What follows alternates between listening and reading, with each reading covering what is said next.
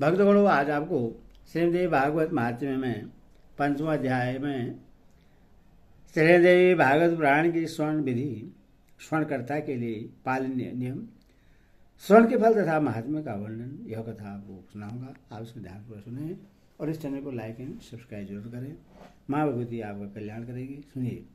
ऋषियों ने कहा, हे महाभाग सूत जी, हम लोगों ने श्रीमद् भागवत महात्म्य सुन लिया और अब इस पुराण के स्वर्ण की विधि सुनना चाहते हैं। सूत जी बोले, हे मुनियों, अब आप लोग इस पुराण के स्वर्ण का विधान सुने, जिससे सुनने वाले मनुष्य की समस्त कामनाएं सिद्ध हो जाती हैं। पुराण स्वर्ण के इच्छुक विद्वान मनुष्य को चाहिए कि वह सर्वप्रथम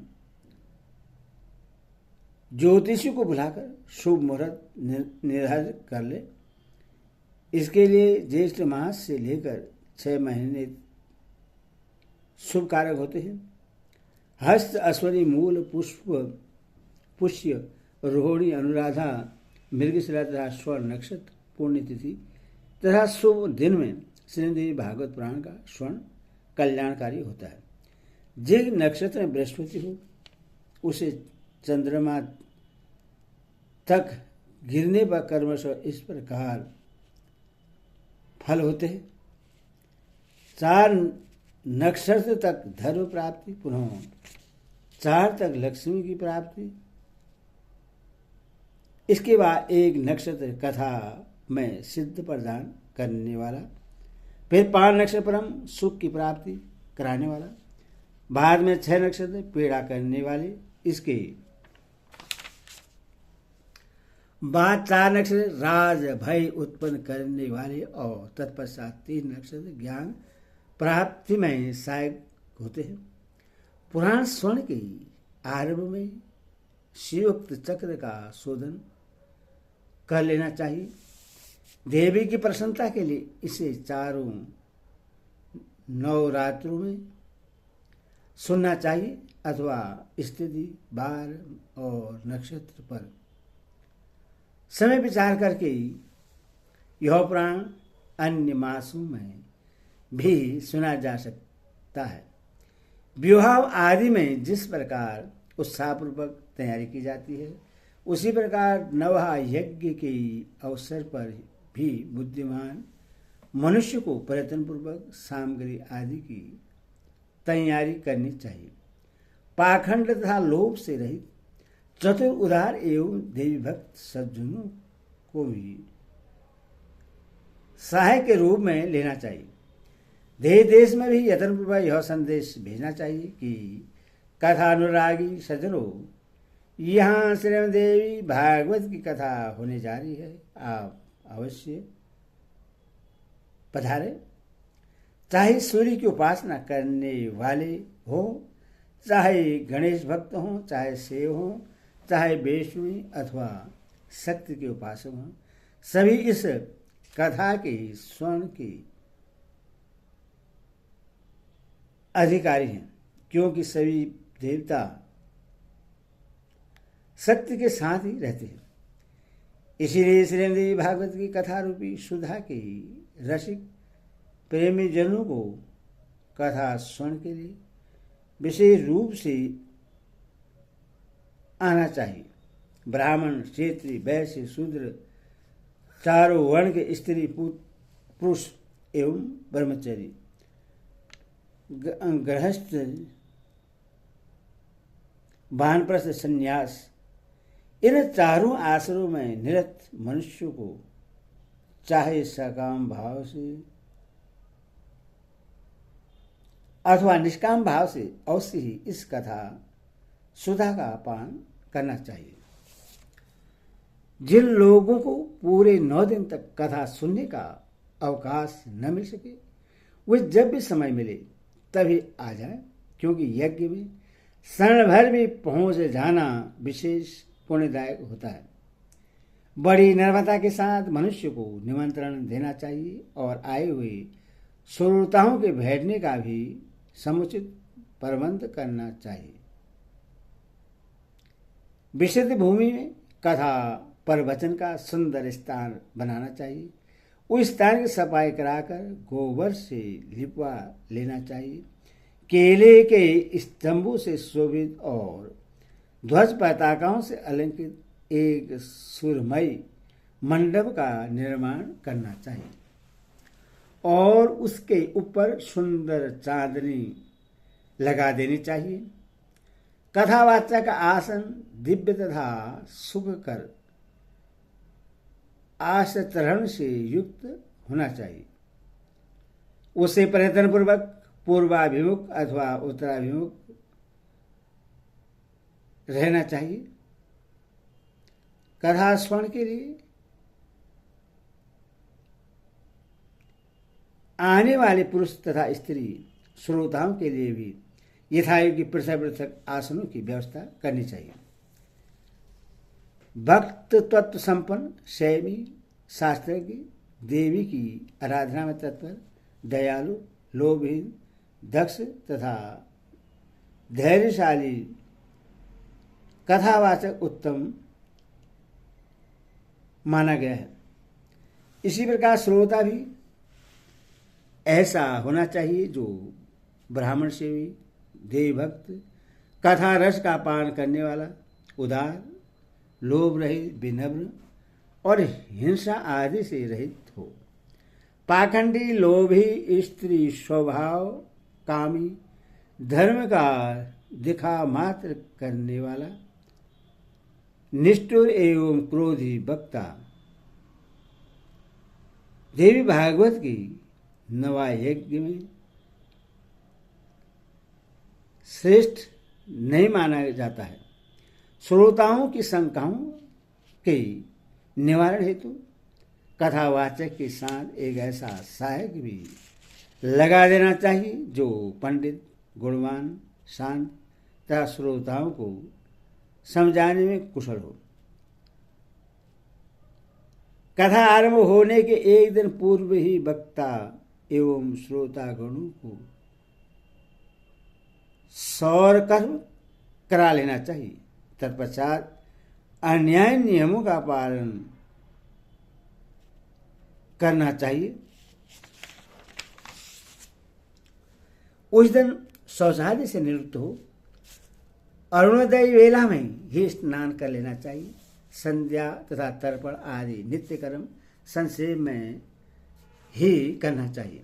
तत्पश्चात कथा श्रवण का अधिकारी बनने के लिए गोदान करें और सब विघ्नों को दूर करने वाले श्री गणेश जी का सर्वप्रथम पूजन करें। कलश स्थापना करके वहाँ 10 दिक्पालों, बटुक, क्षेत्रपाल, सभी योगिनियों तथा मार्तिकाओं का भी पूजन करें। तुलसी, नवग्रहों, विष्णु तथा शिव जी का पूजन करके नवाक्षर मंत्र से जगदम्बा का पूजन करना चाहिए। तदवसात सुंदर अक्षरों में लिखी हुई भगवती की वाडमयी मुक्ति स्वरूप श्रीमदेवी भागवत पुस्तक के सभी उपचारों से विधिवत पूजा करके कथा की निर्विघ्न समाप्ति के लिए 5 विद्वान ब्राह्मणों का वर्ण करना चाहिए। उनसे निरंतर नवार मंत्र का जप एवं दुर्गा सप्तशती का पाठ कराना चाहिए। अंत में प्रदक्षिणा तथा नमस्कार के बाद इस प्रकार स्तुति करें। हे कात्यायनी, हे महामते, हे भुवनेश्वरी, हे कृपामयी, हे भवानी, मैं संसार सागर में डूब रहा हूं, मेरा उद्धार कीजिए। तथा हे ब्रह्मा, विष्णु, महेश की पूजनीय माता जगदम्बिके, मेरे ऊपर प्रश्न हुई। हे देवी, आप मुझे मनोवांछित वर प्रदान कीजिए। आपको बार बार प्रणाम है। इस प्रकार प्रार्थना करके स्थिरचित होकर कथा सुने। उस समय शैलचित होकर वक्ता को साक्षात व्यास समझकर विधिवत उनकी पूजा करें और वस्त्राभूषण तथा माला आदि पहनाकर उनसे प्रार्थना करें। समस्त शास्त्र और पुराणे इतिहास के ज्ञाता हैं। व्यास जी आपको नमस्कार है। आप कथारूपी चंद्रमा की ज्योति से हमारे अंतःकरण के अंधकार समूह को नष्ट कीजिए। इसके बाद नवहा के नियमों का व्रत लें और ब्राह्मणों को यथाशक्ति पूजन करके उन्हें पहले यथास्थान बैठा दें, तत्पश्चात स्वयं भी अपने आसन पर बैठ जाएं। तब सावधान मन से चारों पुरुषार्थ, धर्म, अर्थ, काम, मोक्ष फल को प्राप्त करने के लिए पुत्र, कलत्र, धन, धान्य तथा ग्रह की चिंता छोड़कर कथा सुने। विद्वान भक्तों को चाहिए कि वह सूर्योदय से आरंभ करके पुनः दोपहर में 2 घड़ी विश्राम करके सूर्यास्त के कुछ समय पहले तक कथा वाचन करें। मल मूत्र के व्यय को रोकने के लिए स्वल्प आहार उत्तम होता है। कथा मृत्यु को दिन रात में केवल एक बार हवश्यान का भोजन करना चाहिए।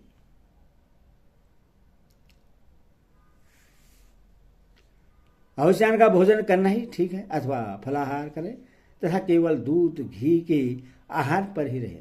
बुद्धिमान को चाहिए कि ऐसा आहार ग्रहण करें जिसमें कथा में किसी प्रकार की बाधा न हो।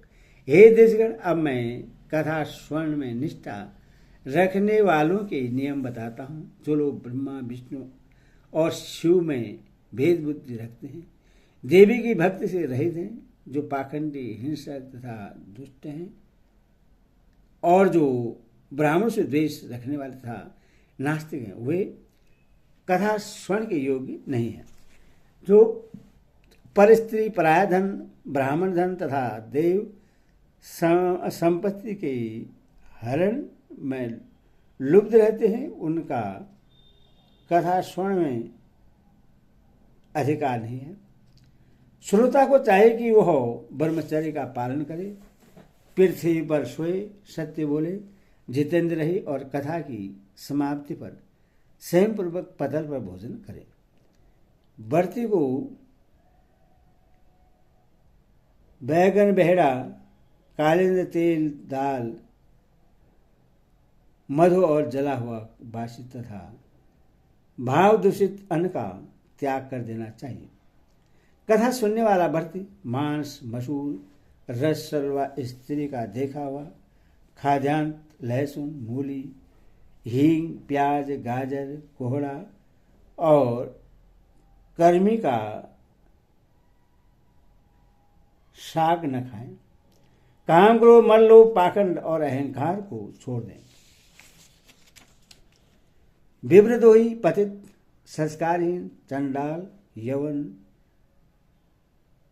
अनत्यज, रस, सलवा, स्त्री और वेद भेद मनुष्य से कथावर्ती को वार्तालाप नहीं करना चाहिए। श्रोता को चाहिए कि वह वेद, गौ, गुरु, ब्राह्मण, स्त्री, राजा, महापुरुष, देवताओं और देव भक्तों की निंदा कभी न सुने। जो कथावर्ती हो उससे सर्वदा विनयशील, सरलचित्त, पवित्र, दयालु, कम बोलने वाला तथा उद्धार मन वाला होना चाहिए। सवेद कुष्ठी, क्षय रोगी, अभागा, पापी, दरिद्र और संतानहीन मनुष्य इस कथा को भक्तिपूर्वक सुने। जो स्त्री बंध्या, काकबंध्या, जिस स्त्री को एक बार संतान होकर बंद हो जाए, अभागिनी तथा मृत्युवत्सा हो और जिसका गर्भ गिर जाता है, ऐसी सभी स्त्रियों को इस देवी भागवत कथा का श्रवण करना चाहिए। जो मनुष्य बिना परिश्रम के ही धर्म, अर्थ, काम और मोह प्राप्त करना चाहता है, वह यत्नपूर्वक इस देवी भागवत कथा अवश्य सुने। इस नवांग कथा की 9 दिन 9 यज्ञों के समान है। उनमें किया गया दान, हवन तथा जप अनंत फल देने वाला होता है। इस प्रकार नवावर्त करके उसका उद्यापन करना चाहिए। फल की कामना करने वाले पुरुष को महाषष्टमी व्रत के उपासक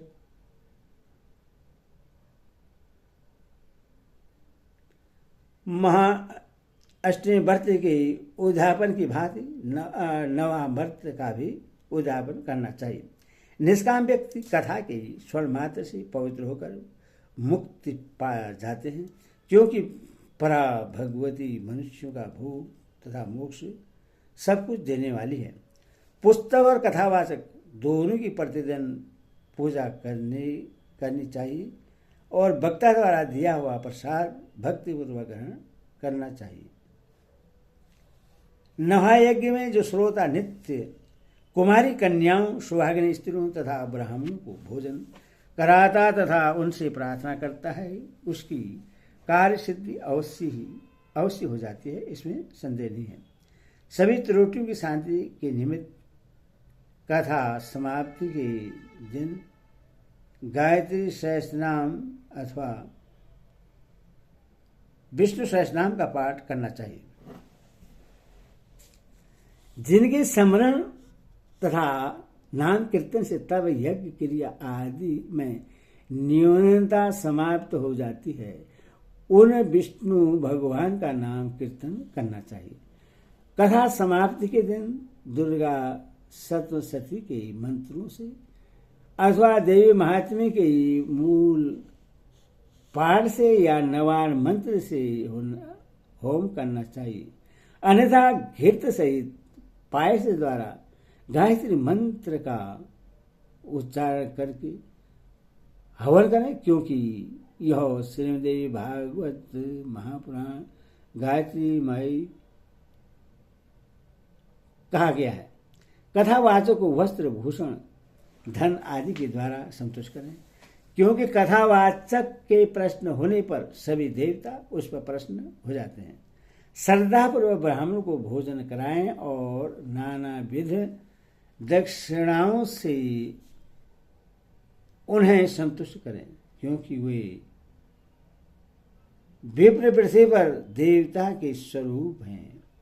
उनके संतुष्ट होने पर वांछित फल प्राप्त होता है। सुहागिनी स्त्रियों तथा कुमारी कन्याओं को साक्षात देवी समझकर उन्हें भोजन कराएं और उन्हें दक्षिणा देकर अपने मनोरथ की सिद्धि के लिए प्रार्थना करें। सुवर्ण, दूध देने वाली गौ, हाथी, घोड़े और भूमि का दान करना चाहिए, क्योंकि उसका अक्षय फल होता है। सुंदर अक्षरों से लिखी देवी भागवत की पुस्तक को रेशमी वस्त्र में लपेटकर उससे सुवर्ण निर्मित सिंहासन पर रखकर अष्टमी या नवमी तिथि को विधिपूर्वक कथावाचक को दान करना चाहिए। ऐसा करने से वह इस संसार में सभी सुखों को भोगकर अंत में दुर्लभ मोक्ष प्राप्त करता है। पुराणों को जानने वाला वक्ता चाहे दरिद्र हो, दुर्बल हो, बालक हो, युवक हो अथवा वृद्ध हो, वह सर्वदा वंदनीय, पूज्य एवं मान्य होता है। यद्यपि संसार में जन्म तथा गुण के कारण अनेक गुरु हैं, परंतु पुराण का ज्ञाता उन सब में श्रेष्ठ गुरु है। व्यास के आसन पर बैठा हुआ पुराणिक ब्राह्मण जब तक कथा समाप्त न कर ले, जब तक कथा समाप्त न हो जाए, तब तक किसी को भी प्रणाम न करें। जो लोग इस दिव्य पुराणिक कथा को श्रद्धा रहित होकर सुनते हैं, उन दुख तथा दारिद्र्य युक्त मनुष्य को कथा श्रवण का पुण्य फल प्राप्त नहीं होता। जो लोग तांबूल, पुष्प आदि उपचारों से पुराण का पूजन किए बिना ही देवी कथा सुनते हैं वे दरिद्र होते हैं। और जो लोग कथा के बीच में ही उसे छोड़कर अन्यत्र चले जाते हैं, कुछ ही समय बाद उनकी संपदाएं एवं स्त्री आदि नष्ट हो जाती हैं। जो अभिमानवश व्यास से ऊंचे स्थान पर बैठकर कथा सुनते हैं वे नरक यातना भोगकर इस लोक में कौवे की योनि पाते हैं। जो बहुमूल्य आसन पर अथवा विरासन से बैठकर दिव्य कथा का श्रवण करते हैं वे अर्जुन वृक्ष होते हैं। कथा होते समय जो लोग व्यर्थ तर्क वितर्क करते हैं वे इस लोक में पहले गर्दभ योनि में तत्पश्चात गिरगिट की योनि में जाते हैं। जो लोग पुराण जानने वालों की तथा अथवा पापनाशनी कथा की निंदा करते हैं वे सैकड़ों जन्म तक दुष्ट कुत्ते होते हैं, इसमें संदेह नहीं है। जो लोग कथावाचक के बराबर आसन पर बैठकर कथा सुनते हैं उन्हें गुरु के आसन पर बैठने का पाप लगता है और वे नरक में वास करते हैं। जो लोग वक्ता को प्रणाम किए बिना ही कथा सुनने लगते हैं वे जन्मांतर में विषैले वृक्ष से होते हैं। इसी प्रकार जो लोग लेटे लेटे कथा सुनते हैं वे अजगर शाम की योनि पाते हैं। जो मनुष्य कभी भी पुराण की कथा नहीं सुनते वे घोर नरक भोगकर बनेले सुअर की योनि में जाते हैं। जो सठ मनुष्य कथा का अनुमोदन नहीं करते अभी तो उसमें विघ्न डाला करते हैं वे करोड़ों वर्षों तक नरक की यातना भोगकर अंत में ग्राम शुकर होते हैं। जो लोग पुराणवक्ता को आसन पात्र दिव्य फल वस्त्र तथा कंबल प्रदान करते हैं वे भगवान के परम पद को प्राप्त करते हैं।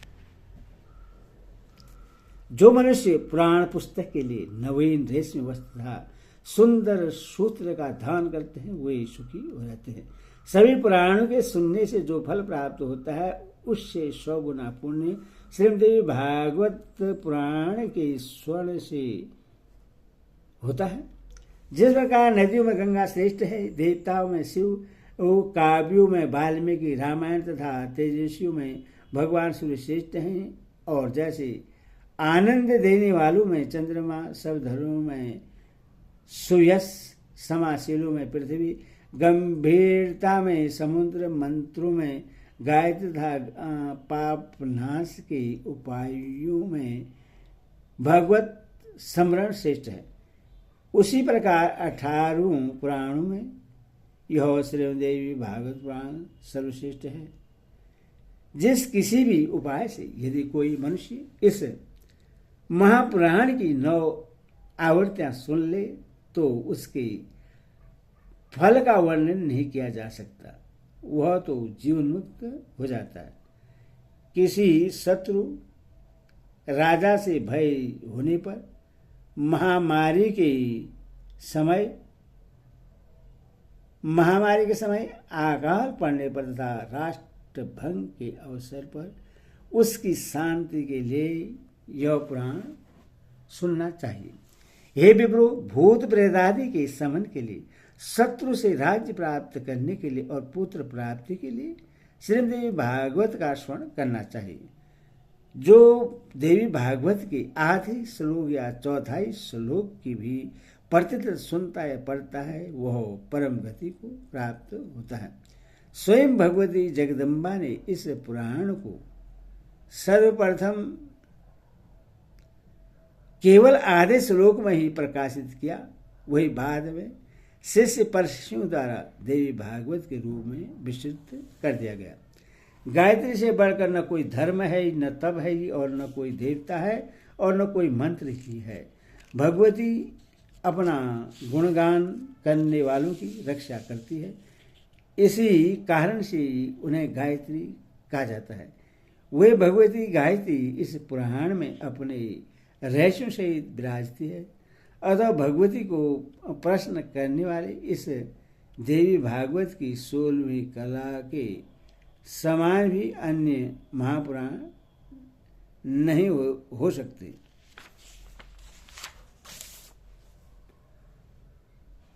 श्रीदेवी भागवत पुराण अत्यंत निर्मल है, जो ब्राह्मणों का अमूल्य धन है, और जिसमें स्वयं धर्मपुत्र नारायण ने पवित्र धर्म का वर्णन किया है। इसमें श्री गायत्री देवी का रहस्य एवं मणिद्वीप का समय वर्णन किया गया है। साथ ही इसमें हिमालय के प्रति स्वयं भगवती द्वारा किया गया देवी भागवत विद्यमान है। इस कारण हे विप्रु, इस महापुराण की सदृश दूसरा कोई उत्तम पुराण लोक में नहीं है। अतः आप लोग सदा इस श्रीदेवी भागवत का भली भांति सेवन करें, जिनके संपूर्ण प्रभाव को ब्रह्मा विष्णु शिव तथा भगवान शेष भी भली भांति नहीं जान सकते, जबकि वे उन्हीं के अंशज भी हैं। तब दूसरे देवता उन्हें कैसे जान सकते हैं। उन भगवती जगदम्बा को मेरा निरंतर प्रणाम है, जिनके चरण कमलों की धूलि पाकर ब्रह्मा समस्त संसार की रचना करते हैं। भगवान विष्णु निरंतर पालन करते हैं और रुद्र सार करते हैं। दूसरे किसी उपाय से वे अपना अपना कार्य करने में समर्थ नहीं हो सकते। ऐसी उन भगवती जगदम्बा की मेरी सतत प्रणाम है।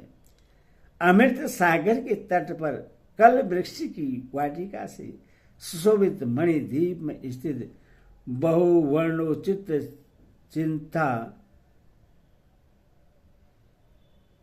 मणिमयी भवन में तथा परम शिव के हृदय में विराजमान रहने वाले और मंद मंद मुस्कान युक्त मुख मंडल वाली जगदम्बा का ध्यान करके मनुष्य संसारी सुखों का उपभोग करता है और अंत में निश्चय ही मोक्ष प्राप्त करता है। इस प्रकार ब्रह्मा विष्णु शिव इंद्र आदि